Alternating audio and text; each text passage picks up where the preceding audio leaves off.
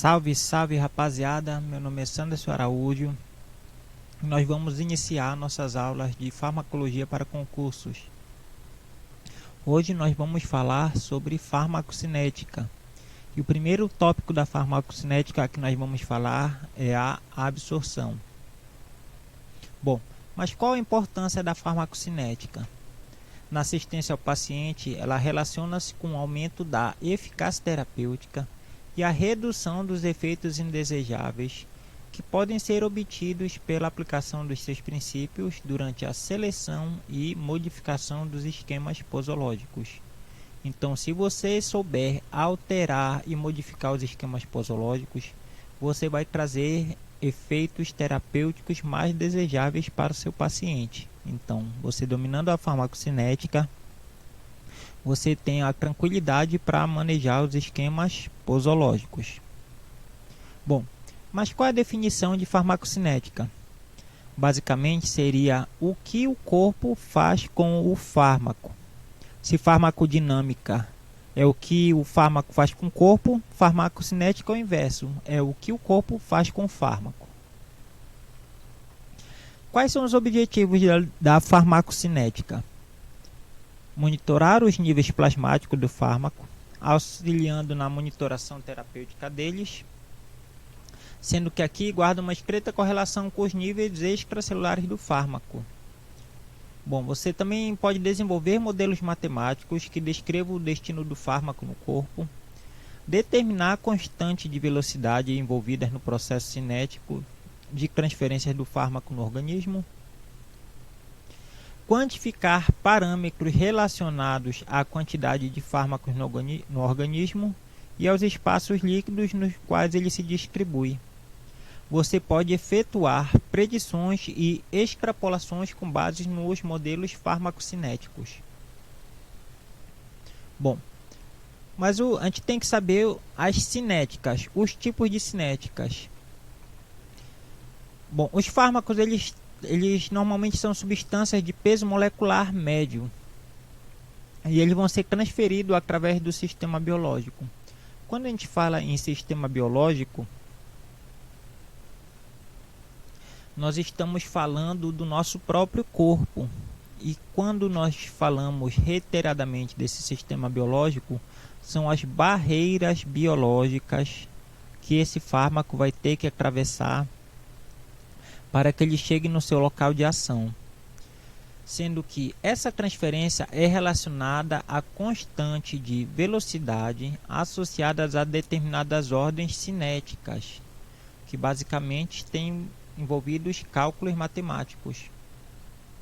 Bom, ordem cinética. A ordem cinética ela pode ser definida como o modo pelo qual a concentração ou quantidade X de um certo fármaco ela vai se relacionar com a velocidade no processo de transferência do fármaco através do sistema biológico, o que pode ser representado por dc/dt ou dx/dt. A ordem cinética nada mais é do que relacionar a quantidade ou dose do fármaco com a velocidade que esse fármaco atravessa as barreiras biológicas do corpo. Beleza?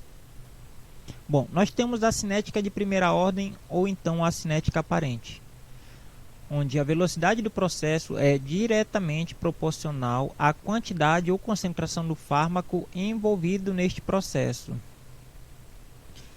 Por ela ser diretamente proporcional, ela é chamada de cinética linear e matematicamente calculada por dc/dt, que é igual a -k vezes a concentração, onde o C é a concentração do fármaco, o T é o tempo e o K é a constante de eliminação.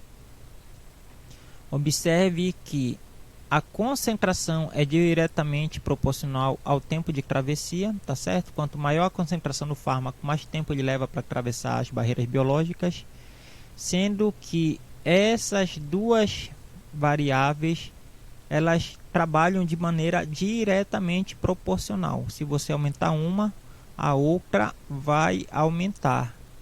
E isso vai interferir na velocidade de eliminação do fármaco, na constante de eliminação do fármaco, beleza? E em geral, os processos de farmacocinética são governados por processos de primeira ordem. Na cinética de ordem zero, a velocidade do processo é constante, independente da quantidade ou concentração do fármaco envolvido no processo. É chamada de cinética não linear e matematicamente é calculada por dc barra dt igual a constante de eliminação do fármaco. Por mais que nós aumentarmos a quantidade do fármaco no organismo, a constante de eliminação ela vai ser a mesma. Então, você aumentar a concentração não interfere na constante de eliminação. Assim, da mesma forma que você aumentar o tempo envolvido no processo, não vai aumentar a constante de eliminação, beleza? Nós temos também a cinética de ordem mista, onde ela pode ocorrer quando, em baixas concentrações, o processo é linear, ou então de primeira ordem, tornando-se zero posteriormente após a saturação do mecanismo envolvido. Você administra um fármaco e ele tem a cinética de ordem de primeira ordem. Se você começar a aumentar a quantidade desse fármaco, o mecanismo de transporte vai se tornando saturado. E por mais que você aumente a quantidade do fármaco, não vai haver aumento na velocidade de transferência desse fármaco. Então você diz que a cinética é mista nesse caso. Fases da farmacocinética. Nós já sabemos que as fases da farmacocinética é absorção, distribuição, metabolismo e excreção. Cada uma dessas fases tem as suas características próprias, tá certo? Na aula de hoje nós vamos falar especificamente sobre a absorção. Aqui nesse diagrama nós vemos claramente a divisão da farmacocinética e da farmacodinâmica. Então, no devido tempo, nós vamos tratar cada uma dessas fases, beleza? Bom, mas o que é a absorção? É a transferência do fármaco do seu local de ação, do seu local de administração para o compartimento central e a amplitude com que isso ocorre. Um ocrotor conceitua é a passagem de substâncias do local de contato para a circulação sanguínea. Um outro autor conceitua é a passagem de um fármaco de seu local de administração para o plasma. Então, qualquer uma dessas três conceituações estão certas. Ou então, se você quiser simplificar, a absorção seria a passagem do fármaco do seu local de administração para a circulação sistêmica ou para o seu sítio de ação. Seria uma forma de conceituar também a absorção, beleza? O que nós devemos levar em conta para a absorção? É o transporte através da membrana celular. Para isso, você deve levar em consideração a constituição da membrana celular, que é feita por lipídios, proteínas e açúcares de membrana. Aqui nós temos o esquema de uma membrana celular, onde você tem a bicamada lipídica com a presença de colesterol em vermelho, onde diminui a fluidez dessa bicamada lipídica. Nós temos em verde as proteínas transmembrana, tá certo? Ela atravessa em um ou mais passos a membrana celular. E na membrana plasmática do lado luminal dela, você tem a adição de açúcares. Normalmente, esses açúcares têm caráter imunológico, beleza? Então, está aqui os três constituintes básicos da membrana celular: lipídios, proteínas e açúcares de membrana. Você tem transporte através da membrana celular, onde esses mecanismos podem ser a difusão simples, a difusão facilitada, o transporte ativo ou a pinocitose, também chamada de endocitose, que é o transporte de vesículas líquidas. Bom, Aqui o mecanismo através da membrana em um diagrama esquemático. Você tem uma molécula que você deseja atravessar e ela pode atravessar diretamente por entre os lipídios. Você pode também ter uma molécula de água e ela atravessar por um mecanismo especial, que aqui é um poro chamado aquaporina. Mas você também pode fazer isso por transportador. Você tem uma molécula do lado extracelular e ela é jogada para o lado intracelular através do transportador. Caracterizando mais especificamente, nós vamos ter o transporte ativo, que você pode ter a difusão lipídica simples, onde você tem a molécula do lado luminal e atravessa a molécula para o lado intracelular. Você também pode ter o transporte paracelular, onde essa molécula atravessa por entre as células, atravessando inclusive as junções ocludentes aqui em cada célula, tá certo? Se você falar em transporte ativo, você tem a difusão facilitada.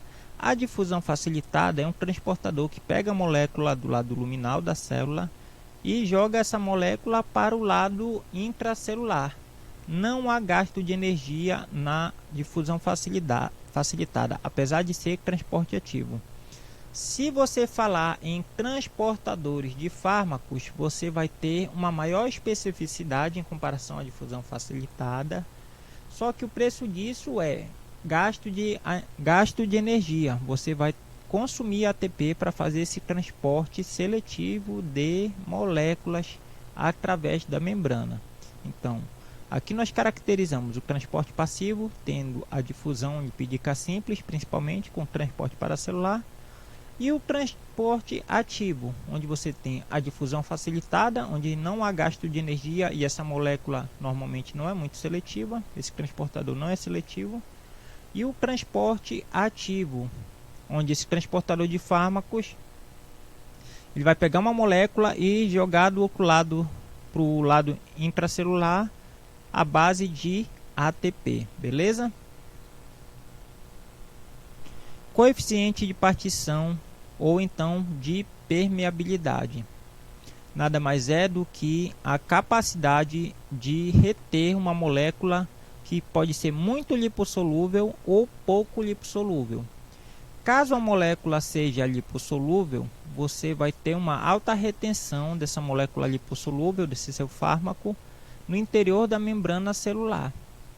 Caso você tenha uma molécula higrossolúvel, você vai ter uma baixa retenção da molécula na membrana celular. Nós chamamos isso de coeficiente de partição, ou coeficiente de permeabilidade, ou coeficiente de partição óleo-água. Se você tiver um alto coeficiente de partição óleo-água, você vai ter uma alta lipossolubilidade. A tendência é que seu fármaco, a sua droga, acumule-se no interior da bicamada lipídica, beleza? pH e ionização do fármaco. Normalmente os fármacos são ácidos ou base fracas. Para que os fármacos sejam absorvidos, eles precisam estar na sua forma eletricamente neutra, seja fármacos ácidos ou então fármacos básicos. Qualquer um dos dois, para serem absorvidos, tem que estar preferencialmente na sua forma eletricamente neutra. Acontece quando o fármaco entra em contato com o nosso sistema biológico, ele é dissociado na sua base ionizada, tá certo? Mais um próton. Então, você tem a dissociação do fármaco e o fármaco ionizado, ele não é facilmente absorvido. Vejamos. Você tem que levar em consideração o equilíbrio químico, que é altamente dinâmico. Você tem o fármaco aqui, nós pegamos o fármaco ácido. Quando ele é colocado no nosso sistema biológico, ele sofre dissociação. Quando ele sofre dissociação, ele vai produzir uma base mais um próton. Então, se por acaso você tiver nesse meio de dissociação um aumento dos íons H+, você vai ter um deslocamento do equilíbrio químico para o lado dos reagentes, onde está o fármaco na sua forma não ionizada. Então, na forma não ionizada, você tem o melhor aproveitamento possível para esse fármaco ser absorvido. Então, se nós fizermos o cálculo do equilíbrio químico, nós vamos ter o equilíbrio químico igual à concentração dos produtos, tá certo? A concentração dos produtos pela concentração dos reagentes. Então, esse cálculozinho aqui do equilíbrio químico vai ser altamente importante. Por quê? A partir de cálculos matemáticos e alguns malabarismos, você vai ter o cálculo que relaciona o pH do meio com pKa do fármaco, mais as concentrações dos produtos pelo reagente. Você desenvolvendo a equação aqui do equilíbrio químico, você vai chegar até essa fórmula aqui. O pH é igual ao pKa do fármaco mais a concentração logarítmica dos produtos pelos reagentes. Então, o pH do meio vai se correlacionar com o pKa do fármaco mais a concentração dos produtos pelos reagentes. Então, é dessa maneira que o pH e a ionização vão se correlacionar. Tranquilo? Bom, aqui é uma figura clássica dos livros de farmacologia, onde você tem um fármaco no sangue, onde o pH é 7,4. Esse fármaco tem um grupo amina e ele está eletricamente neutro. Ele pode sofrer difusão, aqui colocaram a membrana do néfron para formar o corpo da urina. Na urina, esse fármaco encontra um pH diferente do pH sanguíneo. Quando esse fármaco encontra um pH diferente do pH sanguíneo, esse fármaco ele se ioniza. E quando ele se ioniza, ele não consegue ser reabsorvido pela membrana do néfron. O resultado final é a concentração do fármaco na urina. Esse fármaco vai formar o corpo da urina. Então, cada vez mais o fármaco fica mais concentrado. Aqui 10 micromolar, aqui 1 micromolar. Tá certo? Então, sofre aprisionamento iônico na urina. A mesma coisa a gente pode relacionar para outros sistemas. Você tem um fármaco ácido, onde você tem quando ele sofre dissociação, ele não consegue atravessar a membrana lipídica. Mas se ele estiver na sua forma eletricamente neutra, ele consegue atravessar. No compartimento corporal, se esse fármaco tiver algum mecanismo que leve a sofrer ionização, esse fármaco ele não volta a ser absorvido pela membrana lipídica. O mesmo nós podemos pensar para uma base fraca. A base fraca, na sua forma ionizada, não atravessa a membrana. A sua forma não ionizada atravessa. Caso ela volte a ser ionizada, ela não atravessa, ela não é reabsorvida pela membrana lipídica, beleza? Bom, aqui nós temos outro exemplo. Como o pH dos compartimentos corporais vai influenciar o comportamento do fármaco. Nós temos a aspirina de pKa 3,5 e conforme ele muda de pH, ele vai aumentando essa concentração naquele compartimento. Observe que o pKa é 3,5 e quando ele encontra um pH 8, ele acaba sendo ionizado e se concentrando na urina, tá certo? Já para fármacos básicos como a petidina, se você colocar essa petidina de pKa 8,6 no pH gástrico, essa petidina vai se ionizar e vai ser aprisionada ali naquele suco gástrico. Por quê? Ele vai sofrer ionização e não vai conseguir atravessar a membrana celular. Observe que a concentração só cai conforme vai mudando para um pH mais agradável para esse tipo de fármaco. Em pH básico, ela já vai ter uma concentração muito baixa, porque a maioria ficou aprisionada no suco gástrico. Bom, A chegada do fármaco ao plasma.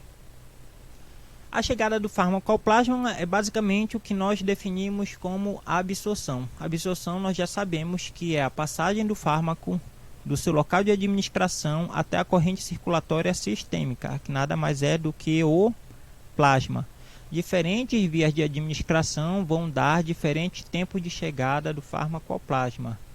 Observe que a chegada através da via intravenosa, você consegue um tempo de chegada maior, porque ele não tem barreiras biológicas para serem atravessados. Então nós consideramos que na via intravenosa você tem uma absorção de 100%, tá certo? Bom, o fármaco chegou ao plasma e para ele chegar para os outros compartimentos ele precisa atravessar os capilares. Os capilares nada mais é do que vaso de tamanho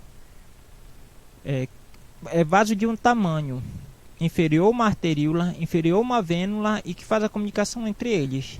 Só que esse capilar ele tem fenestrações e essas fenestrações vai fazer literalmente uma filtração. Fármacos pequenos passam, médios passam, fármacos grandes já não passam. E é dessa maneira que o fármaco sai da nossa circulação sistêmica e vão para os tecidos. Esse nada mais é do que o princípio da distribuição. Sobre as vias de administração, principalmente as mais comuns por acaso seriam a via oral, sublingual, retal, epitelial nos diversos epitélios, córnea, pele, vagina, mucosa, entre outros. Nós também temos a via injetável, podendo ser subcutânea, intramuscular, intravenosa e intratectal. Quanto à via de administração oral, nós temos uma via muito facilmente acessada. Você administra essa via, você administra o fármaco por essa via, ele passa pelo trato gastrointestinal. Ele é basicamente absorvido no intestino, onde você tem uma área de contato muito grande, pois temos as vilosidades intestinais e as células da vilosidade intestinal possuem microvilosidades, que aumenta ainda mais a superfície de contato. De forma subjacente, você tem nessas células uma rede extensa de vasculatura. Quando você administra o fármaco, ele chega aqui no seu intestino, ele vai ser facilmente absorvido. E dependendo do fármaco, você vai ter um perfil gráfico que correlaciona o tempo de absorção com a concentração plasmática.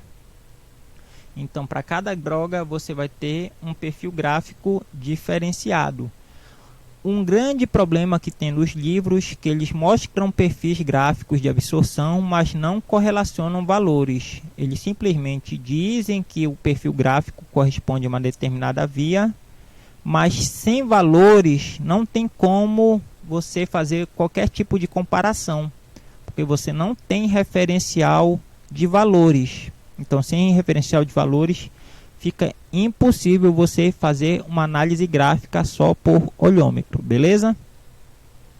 Bom, quais são as vantagens da via oral?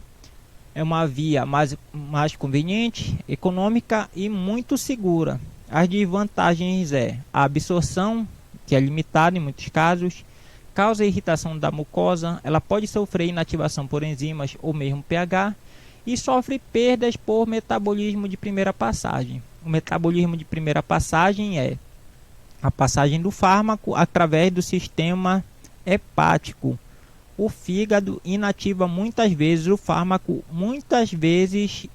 e o fármaco nem faz o seu efeito biológico. Então, isso é o efeito de primeira passagem e ele está altamente correlacionado com a biodisponibilidade também, beleza? Bom, fatores que interferem na absorção oral: a motilidade gastrointestinal, o fluxo sanguíneo esplâncnico, que é o fluxo sanguíneo que vai para o intestino, fígado e vesícula biliar, o tamanho do fármaco, a formulação farmacêutica, fatores físico-químicos como pH e também a presença de alimentos. Aqui nós vemos uma correlação de influência do pH e absorção do fármaco, tanto para ácidos quanto para bases.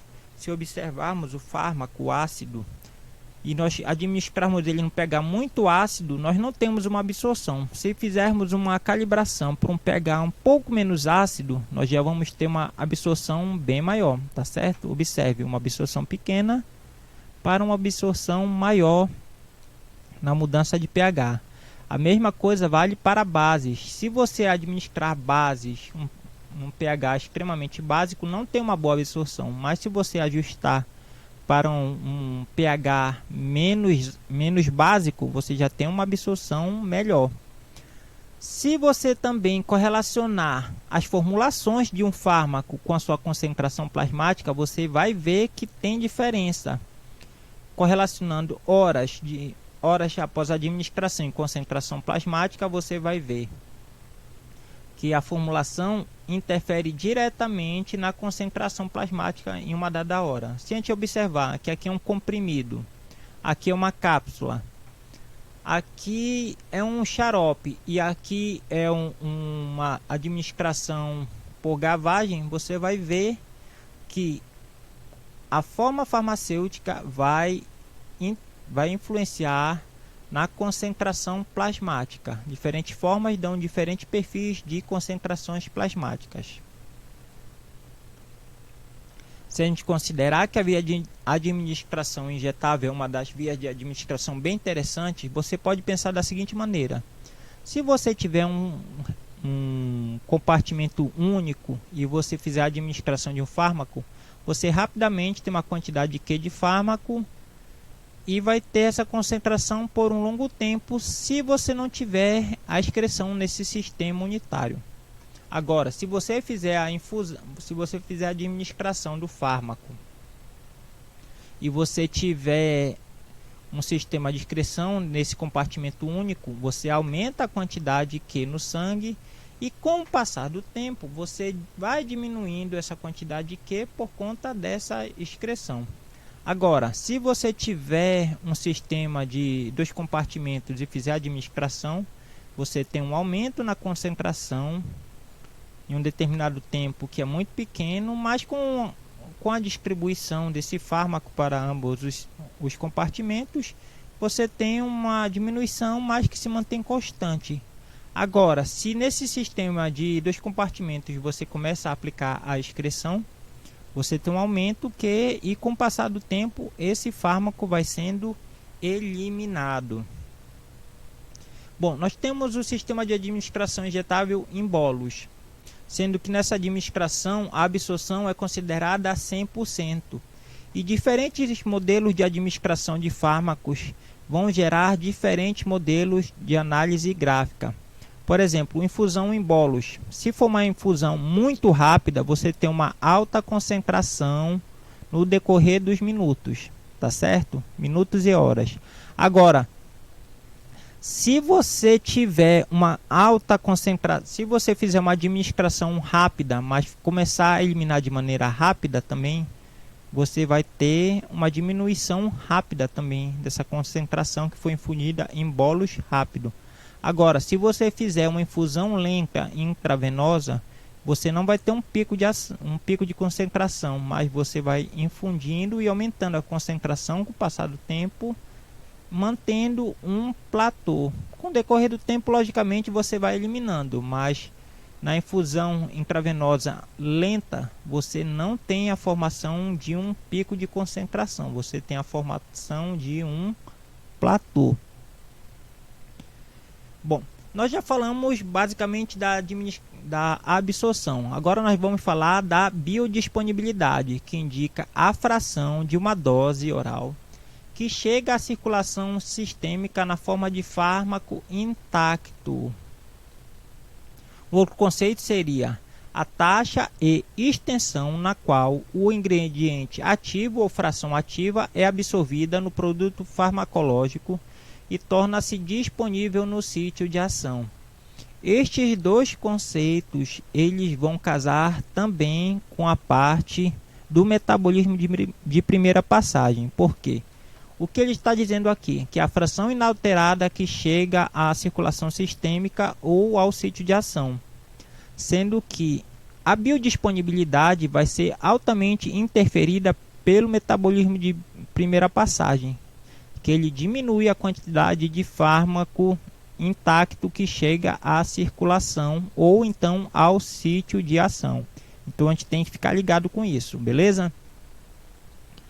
Aqui é cálculo da área sobre a curva. Ele vai calcular a taxa média de absorção do fármaco. Ele leva em consideração as horas e leva em consideração a concentração plasmática. Esse perfil gráfico aqui é uma coisa bem parecida com uma via de administração oral. Com o passar das horas você vai ter um pico plasmático. Ele não é muito rápido e você vai ter a formação clara de um pico plasmático. E após esse pico plasmático você vai ter a diminuição da concentração plasmática, tá certo? Então, se você vê um gráfico do tipo A ou C, que é a área sobre a curva, você já correlaciona ele com a média de absorção do fármaco, tá certo? Então, área sobre a curva você já relaciona com a média de absorção, beleza? Bioequivalência. Dois fármacos são bioequivalentes quando as taxas e amplitudes da biodisponibilidade do ingrediente ativo em dois produtos não forem significativamente diferentes sob condições experimentais adequadas. O que ele quer dizer com isso? Se você tiver dois produtos diferentes, por exemplo, dois comprimidos de ácido acetil salicílico fabricados por dois fabricantes diferentes, e você administrar a um paciente, ele tem que dar a mesma biodisponibilidade no mesmo tempo. Se assim o forem, eles são considerados bioequivalentes, beleza? Então, bioequivalência são dois produtos diferentes que vão promover em um mesmo tempo uma mesma quantidade de biodisponibilidade. Equivalência farmacêutica. Os produtos farmacológicos são considerados equivalentes farmacêuticas se tiverem os mesmos ingredientes ativos e forem idênticos em potência ou concentração, apresentação e via de administração. Vamos voltar de novo ao exemplo do comprimido de AS. Dois comprimidos diferentes de dois fabricantes diferentes, eles têm que estar na mesma forma farmacêutica, na mesma potência ou concentração, tá certo? E eles têm que estar na mesma via de administração. Além disso, eles vão ter que dar a mesma biodisponibilidade, tá certo? Então, eles vão ser equivalentes farmacêuticos. Tranquilo? Aqui as referências utilizadas para a nossa aula, tá certo? Então tem muito mais aula vindo por aí, muito trabalho duro. E agora nós vamos fazer um exercício aqui para nós praticarmos. Bom, exercício aqui de 2019. Um paciente foi diagnosticado com insuficiência cardíaca congestiva e é tratado com propranolol, um medicamento do grupo 2 beta-bloqueadores. Ele atua no sistema nervoso autônomo do tipo simpático, beleza?